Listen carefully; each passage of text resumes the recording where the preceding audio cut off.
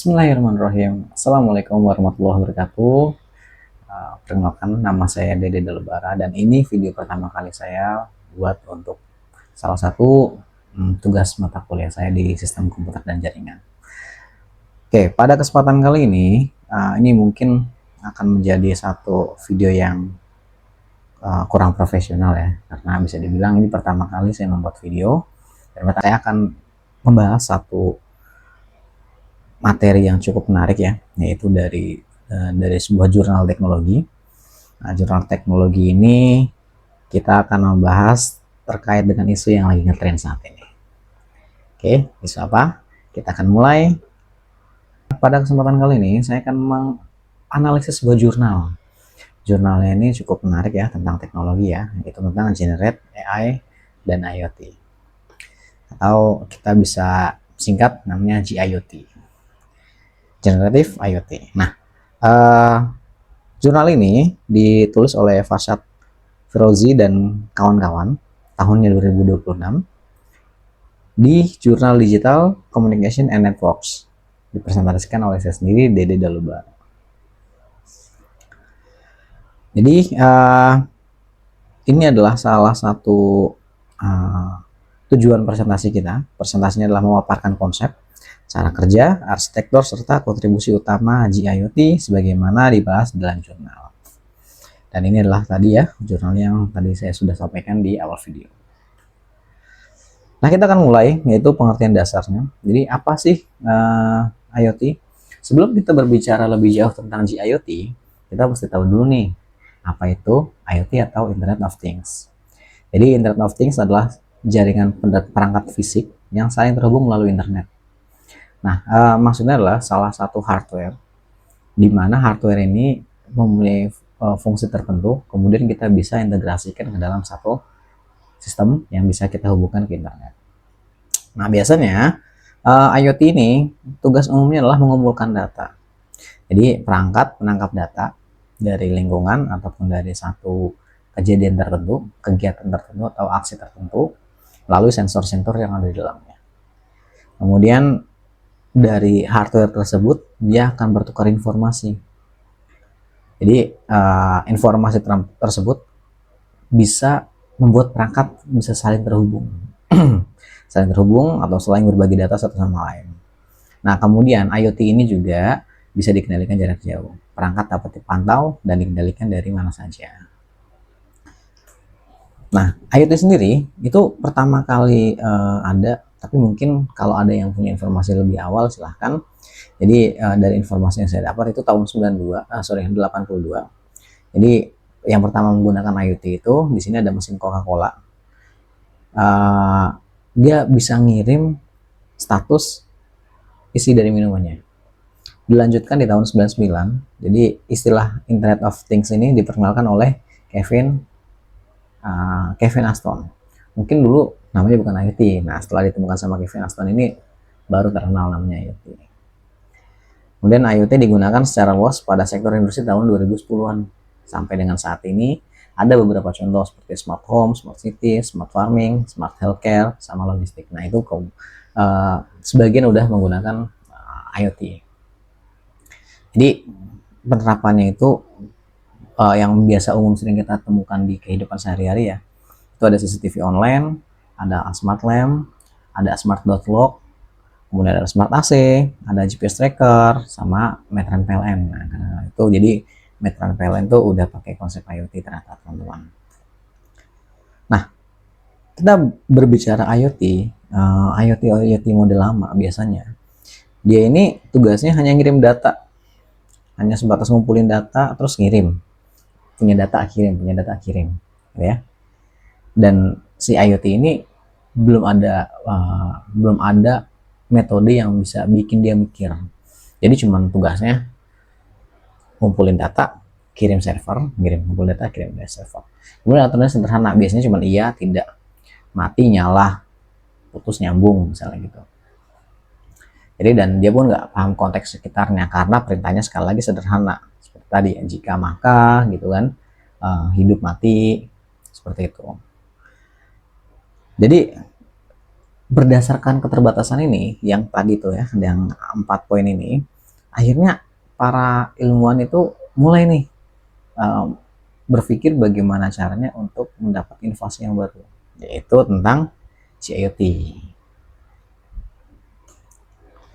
Nah, sekarang kita masuk ke pembahasan intinya, yaitu GIoT. Apa sih generatif IoT? Jadi menurut jurnal yang kita kaji bareng-bareng, GIoT adalah evolusi dari IoT yang mengintegrasikan generatif AI, Large Language Model atau LLM, sama agentic AI. Jadi, perangkat ini tidak hanya mengumpulkan data, tapi juga mampu pertama memahami, bernalar, merencanakan, mengambil keputusan, sama melakukan aksi. Nah, mulai menarik ya. Di mana yang sebelumnya hanya mengumpulkan dan mengirim, tugasnya iya, tidak, mati nyala. Di sini kita akan mendapatkan satu konsep yang lebih bisa memahami, kemudian juga dia bisa bernalar, merencanakan, mengambil keputusan, sama melakukan aksi. Nah, inilah. Jadi dari keterbatasan tadi yang cuma bisa melakukan satu pekerjaan, di sini kita bisa lebih memaksimalkannya lagi. Nah, inilah adalah evolusinya. Jadi yang pertama dari IoT, gitu ya, mengumpulkan dan bertukar data. Kemudian AIoT, yang IoT ditambah AI, kurang lebih seperti itu. Tapi lebih menganalisis. Jadi kita sedikit lompat ke GIoT, di mana GIoT itu nggak cuman mengumpulkan dan bertukar, nggak cuman menganalisis, tapi dia juga bisa memahami, dan dia juga punya nalar tersendiri, dan juga bisa bertindak pastinya. Nah, ini adalah salah satu pembeda aspek dari proses kerja IoT dan GIoT. Kalau IoT itu mengumpulkan data. Nah, kalau GIoT itu lebih advance, yaitu memahami data. Kemudian dari logikanya kalau IoT itu rule based, ya. Kemudian kalau GIoT itu reasoning, udah sampai ke tahap penalaran. Untuk perilaku, IoT pasif, jadi ya diam aja, cuman bisa iya dan tidak doang. Nah, tapi kalau GIoT, dia bisa merencanakan secara aktif. Keputusan, untuk IoT sendiri otomasinya terbatas. Nah, GIoT itu, jadi autonomous decision-nya itu udah bisa kita terima beberapa desisi yang bisa otomatis dibuat oleh GIoT-nya sendiri. Nah, kalau untuk interaksinya, IoT itu butuh perintah teknis. Nah, kalau GIoT itu bisa natural language. Ini adalah contoh nyata GIoT dalam jurnal. Jadi di jurnal ini dijelaskan bahwa smart home sampai smart city, terus healthcare monitoring, disaster response drone, intelligent traffic system, sama industrial automation. Nah, ini adalah contoh-contoh nyata yang sudah menerapkan GIoT, gitu ya, menurut dari jurnal tersebut.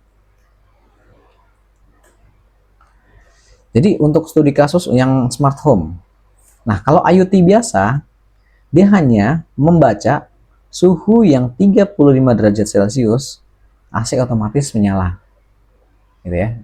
Kemudian untuk suhu tertentu, AC otomatis dingin lagi, biasanya seperti itu. Nah, kalau GIoT-nya sendiri, itu suhunya tinggi, kemudian penghuninya tidur, terus juga tarif listriknya mahal, dan sebentar lagi hujan, sistem atau si GIoT ini bisa memutuskan sendiri. Dia mau menurunkan suhu AC, ya, terus juga bisa menutup jendela, bisa nyalain kipas, dan bisa kirim notifikasi. Oke, keren ya, banyak banget ya manfaatnya. Ini baru dari smart home aja nih. Nah, kemudian dari situ kenapa sih akhirnya kita membutuhkan GIoT? Jadi kalau kita lihat di IoT ini semakin banyak penggunaannya, karena sifatnya hanya untuk mengumpulkan dan mengirim, akhirnya apa? Data yang terkumpul dan terkirim itu tumbuhnya sangat besar, terus-terusan nambah gitu ya, sehingga udah besar dan kompleks juga permasalahannya. Nah, yang pakai IoT gitu ya, biasanya simple aturannya, iya tidak, udah dua itu aja, 1-0 gitu. Tapi dari situ akan berkembangnya satu aturan-aturan lagi, iya tidak, tapi, dan, atau, maka, dan sebagainya. Makanya IoT itu bisa dijadikan salah satu alternatifnya. Terus si IoT juga biasanya nggak ada keputusan tertentu ya. Nah, dimana di GIoT ini dia bisa nih memutuskan langsung secara real time saat itu juga berdasarkan analisis-analisis yang sebelumnya dia punya datanya. Nah, ini juga pasti akan mengurangi beban manusia ya. Pastinya akan meringankan pekerjaannya. Jadi karena itu diperlukan AI yang mampu melakukan reasoning, bukan sekedar mengikuti aturan. Kurang lebih seperti itu untuk GIoT-nya.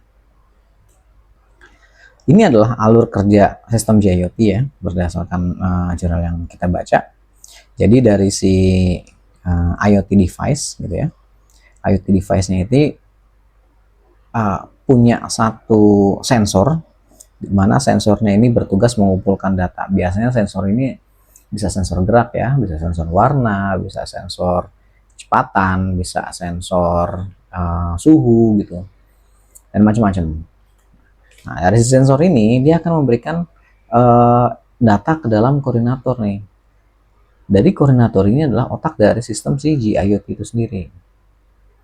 Nah, dari si koordinator ini, data tersebut akan dikirimkan ke reasoning dan planning nih. Jadi reasoning dan planning itu akan menganalisis dan merencanakan ini mau ngapain sih selanjutnya. Seperti itu. Kemudian ada tugas eksekutornya nih. Jadi dari sudah dilakukan analisis dan perencanaan, dieksekusi. Nah, setelah dieksekusi, dia akan ngirim ke agennya siapa. Agennya siapa, misalnya kayak tadi nutup jendela, ya nanti ada alatnya untuk melaksanakan penutupan jendela, menyalakan kipas dan segala macamnya. Dan kembali lagi ke device-nya itu sendiri. Jadi sebenarnya muter aja ya untuk alur kerjanya. Nah, ini disebut dengan feedback loop. Jadi semua prosesnya ini akan muter-muter aja. Sistem belajar dari kondisi terbaru untuk menentukan keputusan berikutnya. Itulah yang disebut dengan feedback loop. Nah, ini adalah metode reasoning pada GIoT.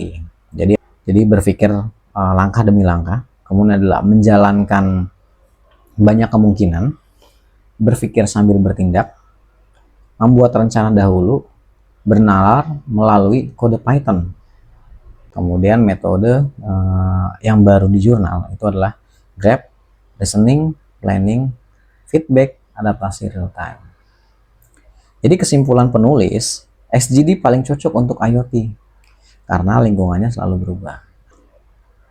Ini adalah arsitektur GIoT ya. Jadi komponen utama yang membentuk alur sistem itu tadi ada device, ya ada sumber data dan titik aksi, kemudian ada pusat pengaturan sistem dari koordinator, kemudian adalah basis pengetahuan dan konteksnya itu dari knowledge base, alur pemrosesan datanya dari pipeline, pelaksanaan tugas otonom itu dari agentnya, edge dan cloud ini lokasi komutasi sistemnya.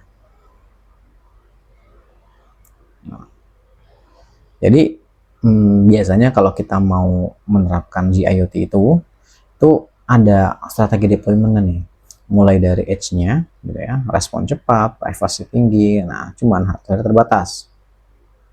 Kemudian ada cloud, di situ ada performa tinggi, sumber daya besar, sayangnya latensinya lebih tinggi karena kita bergantung benar-benar butuh dengan internet ya. Atau kita bisa pakai hybrid nih.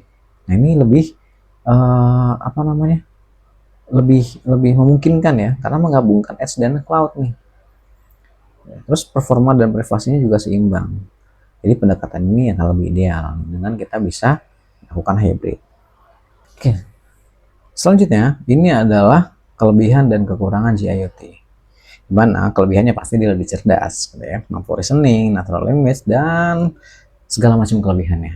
Nah, kemudian kekurangannya, komputasinya pasti mahal, butuh GPU besar dengan komputasi yang banyak gitu ya, serta GPU yang besar pasti konsumsi energinya tinggi.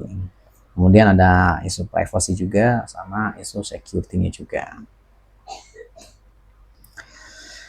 Dari jurnal yang kita diskusikan hari ini, gitu ya. Ini kita masuk ke novelty jurnalnya. Jadi konsep baru GIoT itu memperkenalkan generative IoT, bukan sekedar AIoT.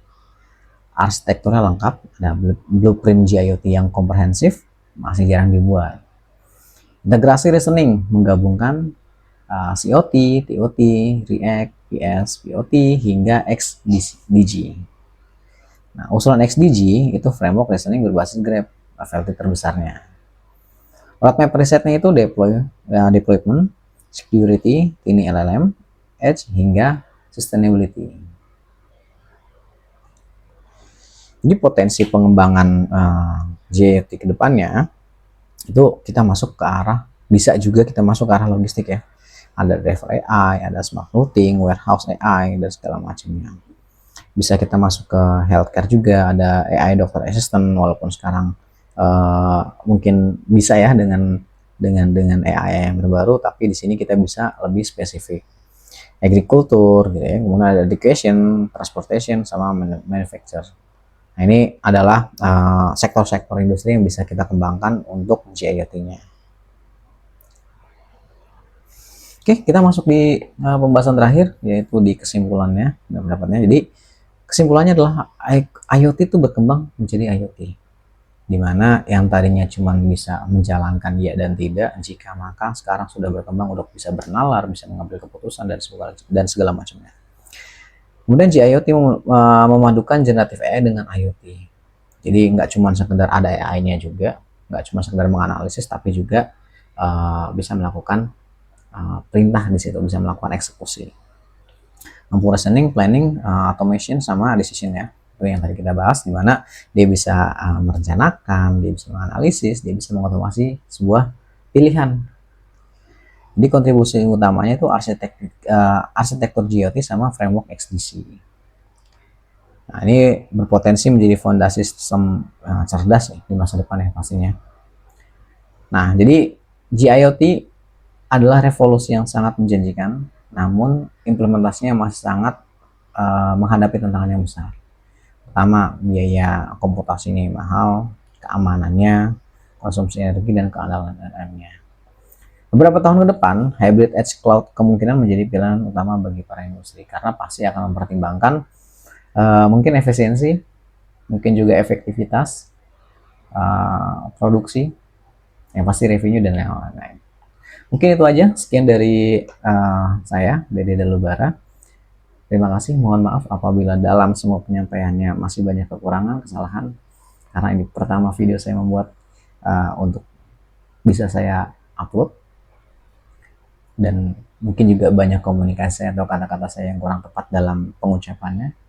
Terima kasih yang sudah menonton. Selamat malam. Assalamualaikum warahmatullahi wabarakatuh.